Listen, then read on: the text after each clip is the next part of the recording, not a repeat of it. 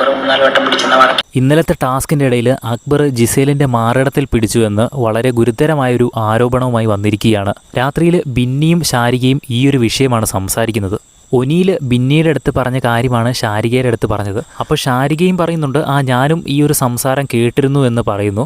അക്ബർ ആ ഒരു മഡ്പിറ്റിൽ കിടന്ന് ഉരുളുന്ന ടാസ്ക് ഉണ്ടല്ലോ, ആ ടാസ്കിനിടയിൽ ജിസേലിൻ്റെ മാറിടത്തിൽ പിടിക്കുന്നതായിട്ട് ഒനിയിൽ സാബു കണ്ടു അത്രേ. അതും 3-4 തവണ ഈ ഒരു പരിപാടി ചെയ്യുന്നത് ഒനിയിൽ സാബു കണ്ടു എന്നാണ് ബിന്നി പറയുന്നത്. പക്ഷേ ബിന്നി ഒരിക്കലും അക്ബറിനെ കുറ്റം പറയുന്ന രീതിയിലല്ല അവിടെ സംസാരിച്ചത്. ബിന്നി പറയുന്നത് അക്ബർ അങ്ങനെ അറിഞ്ഞുകൊണ്ട് ചെയ്യുമെന്നൊന്നും ഞാൻ വിചാരിക്കുന്നൊന്നുമില്ല, കാരണം ടാസ്ക് നടക്കുവാണ്.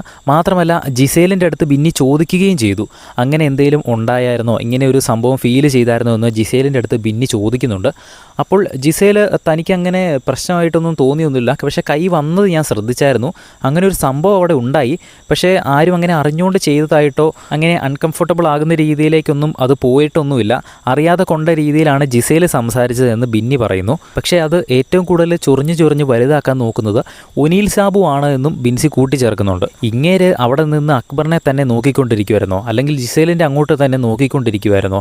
ഇങ്ങേർക്ക് ഗെയിമൊന്നും കളിക്കണ്ടായിരുന്നോ? 3-4 തവണ ഇത് കണ്ടു എന്നൊക്കെ പറയാൻ ഇങ്ങേര് ഗെയിം കളിക്കാതെ അങ്ങോട്ട് തന്നെ നോക്കിക്കൊണ്ടിരിക്കുമായിരുന്നോ? ഈ ഒനിയിൽ സാബു എന്നും ശാരികയും ബിന്നിയും തമ്മിൽ അങ്ങോട്ടും ഇങ്ങോട്ടും പറയുന്നുണ്ട്.